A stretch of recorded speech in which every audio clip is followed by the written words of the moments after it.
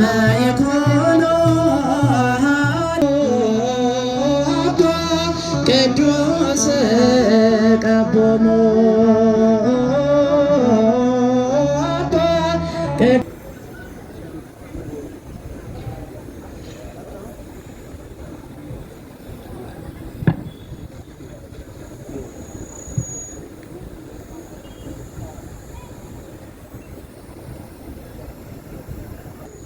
ወወልድ ወመንፈስ ቅዱስ አሃዱ አምላክ አሜን። ክቡር አባታችን አራት አይና ቆሞስ አባ ገብረ ማርያም፣ እጅግ የተከበሩ አባታችን ዶክተር ቆሞስ አባ ጌዲዮን፣ ክቡር አባታችን መጋቤ ሐዲስ ዲበኩሉ የገዳማችን አበምኔት፣ የተወደዳችሁ መምህራነ ወንጌል፣ ዘማሪያን፣ የሰንበት ትምህርት ቤት ደቀ መዛሙርት፣ ምዕመናንና ምዕመናት በልዑል እግዚአብሔር ስም እንደምን አመሻችሁ? እንደምን ሰነበታችሁ? እንደምን አላችሁ? አሜን። በምህረቱ የጎበኘን እንደ በደላችን ያልከፈለን እንደ ኃጢአታችንም ያልተቆጣጠረን ይህችን ዕድል ለምስጋና ለውዳሴ ቃሉን ለመስማት ስሙን ለመጥራት የፈቀደልን አምላካችን እግዚአብሔር ይክበር ይመስገን፣ ይክበር ይመስገን፣ ይክበር ይመስገን። አሜን። ከኔ ጀርባ ከኔ ኋላ እጅግ የከበሩ ሊቃውንት አሉ። እነሱ ከኔ ቀጥሎ ሰፋ ያለውን ጊዜ እንዲያስተምሩ እኔ በልጅነት በፊታችሁ ለመታዘዝ ነው የቆምኩት። ይልቁንም እግዚአብሔርን ፈልጋችሁ ቃሉን አፍቋችሁ በፀሐይና በነፋስ ላይ ስለተነጠፋችሁት ስለናንተ እንኳን ሲል በጎውን ቃል እንዲያስተምረን ቅዱስ ፈቃዱ ይሁንልን። አጠር ላለች ደቂቃ ከኔ ጋር የምንቆይበት ርዕሳችን የሰርጉ ቀን በሚል ርዕስ ይሆናል። ትላንት የመድኃኔዓለምን በዓል አክብረናል። ዛሬ ቅዱስ አማኑኤል ብለን የጌታችንን በዓል እያከበርን ያለነው። እኔም ከዚህ በረከት እንዲደርሰኝ እኛም ይህንን እንድንሰማ ይህንን ርዕስ መርጬዋለሁ። አታውቁትን ብዬ ሳይሆን ይህን ዜና ለሁል ጊዜ መስማት የሚገባን ስለሆነ ነው። እግዚአብሔር ከሁላችንም ጋር ይሁንልን። በመኃልየ መኃልይ ዘሰሎሞን ከመዝሙር ሁሉ የበለጠ የሶሎሞን መዝሙር ምዕራፍ 3 ቁጥር 11 እንዲህ ይላል። እናንት የጽዮን ቆነጃጅት ሆይ ውጡ፣ እናቱ በሰርጉ ቀን በልቡ ደስታ ቀን የደፋችለትን አክሊል ደፍቶ ንጉሥ ሰለሞንን እዩ ይላል። መኃልየ መኃልይ ዘሰሎሞን ከመዝሙር ሁሉ የበለጠ የሰሎሞን መዝሙር ምዕራፍ 3 ቁጥር 11 በልቡ ደስታ ቀንና በሰርጉ ቀን እናቱ ያደረገችለትን አክሊል ደፍቶ ንጉሥ ሰለሞንን እዩ ይላል። በዚህ ቃል መነሻነት ጥቂት ደቂቃዎች አቆያችኋለሁ። መኃልየ መኃልይ ዘሰሎሞን ስለ ብዙ የተጻፈ መጽሐፍ ነው። እግዚአብሔር ከእስራኤላውያን ጋር ስለነበረው ፍቅር ያስተምራል። ክርስቶስ ከቤተ ክርስቲያን ጋር ስላለው ፍቅር ያስተምራል። አንዲት ነፍስ እግዚአብሔርን ለመፈለግ የምታደርገውን ጉዞ ያስተምራል። በተወደደች በቅድስት ድንግል ማርያምና በተወዳጅ ልጇ በመድኃኒታችን መካከል ያለውን ዝምድና ያስተምራል። ደግሞም የቅርብ ዘመን ሊቃውንት እንደገለጹት እግዚአብሔርን በምታገለግልና በእግዚአብሔር መካከል ባለች ግንኙነት ይተረጉሙታል። እኔ ዛሬ አንዷን ነጥብ ብቻ አሰማችኋለሁ። የተወደዳችሁ ክርስቲያኖች፣ ወንጌል በሰርግ ተጀምሮ በሰርግ ነው የተጠናቀቀው። ወንጌል ሲጀምር በቃና ዘገሊላ ሰርግ ቤት ነው። ወንጌል ያጠቃለለው በቀራንዮ ሰርግ ቤት ነው። ለዚህ ነው በሰርግ ተጀምሮ በሰርግ ነው ያበቃው ያልኳችሁ። ታስታውሳላችሁ? በቃና ዘገሊላ ክርስቶስ ውሃውን ነው ወይን ያደረገው። በቀራንዮ አደባባይ ደግሞ በዛች በሐሙስ ምሽት እንደምታስታውሱት ወይኑን ነው ደም ያደረገው። በመጀመሪያው ሰርግ ቤት ውሃውን ወደ ደም፣ ውሃውን ወደ ወይን ቀይሮታል። በሁለተኛው ሰርግ ቤት ደግሞ ወይኑን ወደ ራሱ ደም ለውጦታል። ታስታውሳላችሁ? በመጀመሪያው ሰርግ ቤት የኢየሱስም እናት በዚያ ነበረች ተብሎ ተጽፏል። በሁለተኛው ሰርግ ቤት እነኋት እናትህ ብሎ የሁላችን እናት አድርጎ ሰጥቷታል። ታስታውሳላችሁ? በመጀመሪያው ሰርግ ቤት በቃና ዘገሊላ አንቺ ሴት ብሎ እናቱን ጠርቷታል። በሁለተኛውም ሰርግ ቤት በቀራንዮ አደባባይ ላይ አንቺ ሴት እነሆ ልጅሽ ብሎ ጠርቷታል። የተወደዳችሁ ክርስቲያኖች፣ በመጀመሪያው ሰርግ ቤት ታስታውሳላችሁ?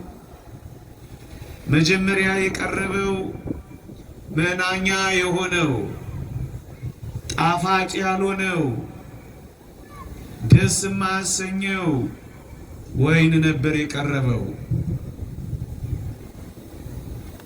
ከዚያ በክርስቶስ ተአምራት የተለወጠ ደስ የሚያሰኝ ወይን ነው የሆነው።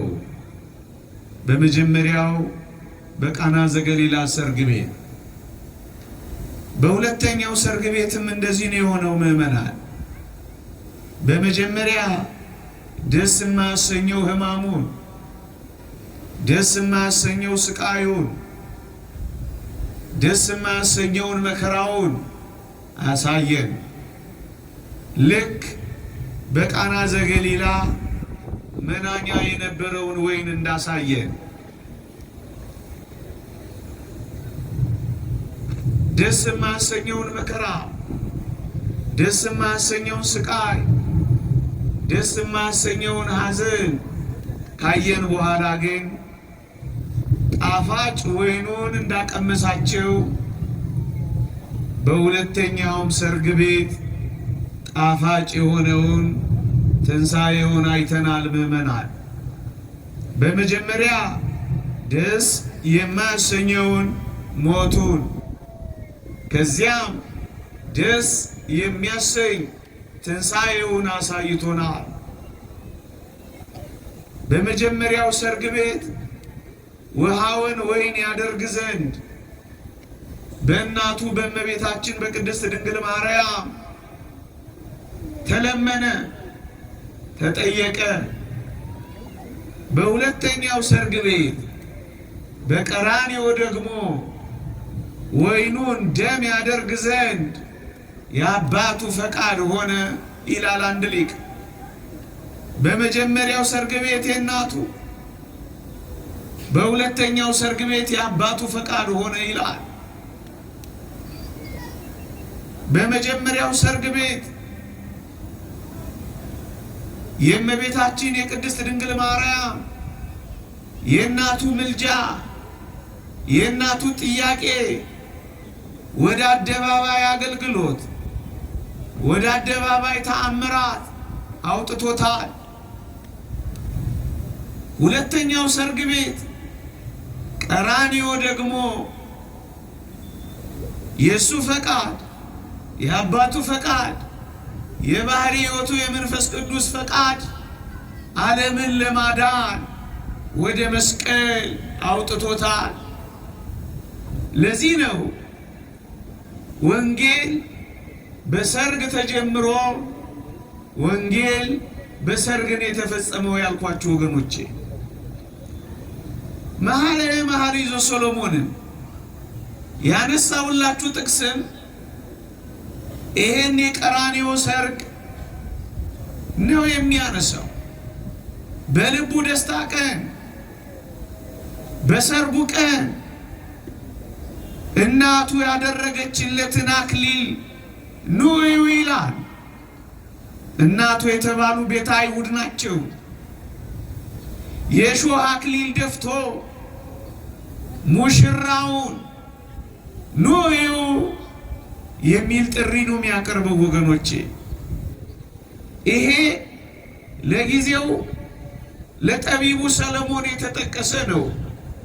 ለፍጻሜው ግን ጥበበኛ ድሃ ለተባለው ለክርስቶስ የተጠቀሰ ነው ወገኖቼ። ይህንንም ጥቂት ደቂቃ ወስጄ ንጽጽሩን ላሳያችሁ ወገኖቼ።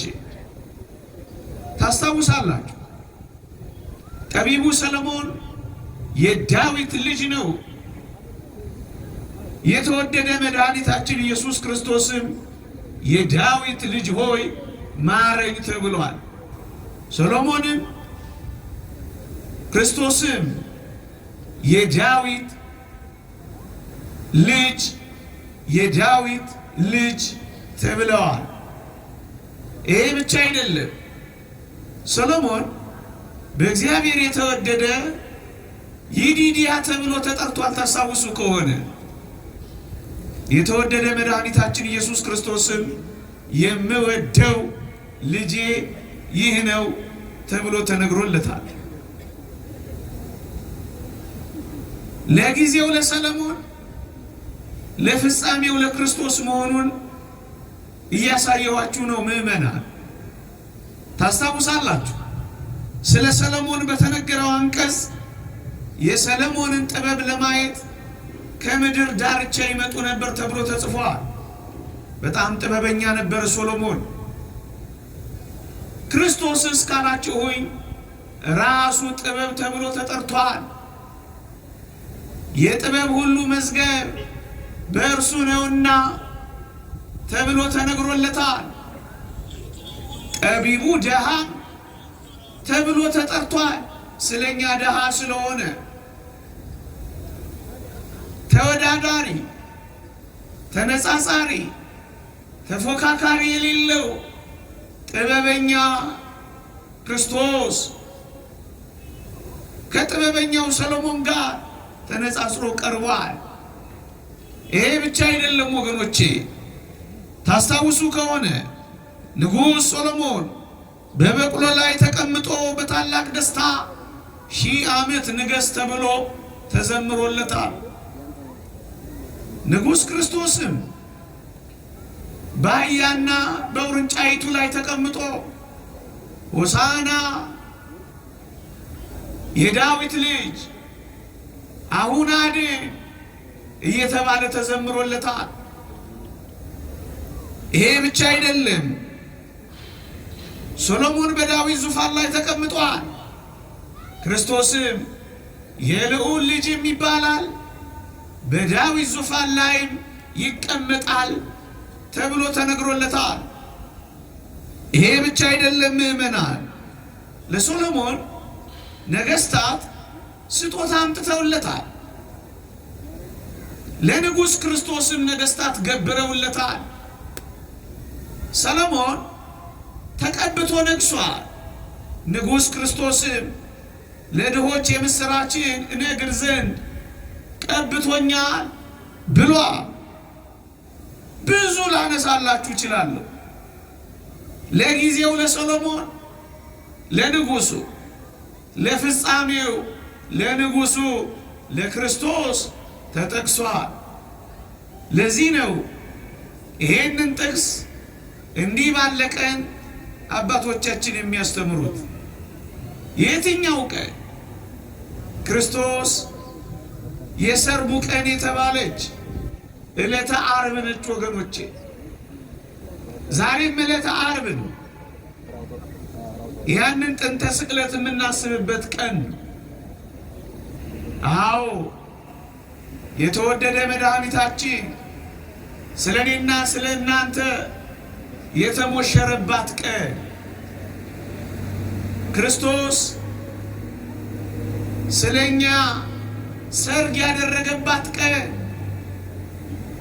ጠፍተን የነበረው የተገኘንበት የልቡ ደስታ ቀን፣ ወጥተን የነበርን የገባንበት የልቡ ደስታ ቀን፣ ሞተን የነበርን ሕይወት ያገኘንበት የልቡ ደስታ ቀን ይቺ ቀን ናት። ቀራንዮ ሁለተኛዋ ሰርግ ቤት ክርስቶስ የተሞሸረባት ወገኖቼ። ቅዱስ ቄርሎስ ይህንን ሲያብራራ አንድ ነጥብ ጠቅሷል። እንዲህ ብሏል። መስቀል የክርስቶስ የሙሽርነቱ ዙፋን ነው ብሎ አስተምሯል። አዎ የኔና የእናንተ መድህን፣ የኔና የእናንተ ጌታ መስቀል ላይ ነው የተሞሸረው። ሰርጉን ያደረገው በቀራንዮ ነው። ድግሱን የደገሰው በስጋውና በደሙ ነው። የሰርግ ቤት ዙፋኑ የከበረበት መስቀሉ ነው ይላል ቅዱስ ቄርሎስ። መስቀል የክርስቶስ የሙሽርነቱ ዙፋን ነው ይላል።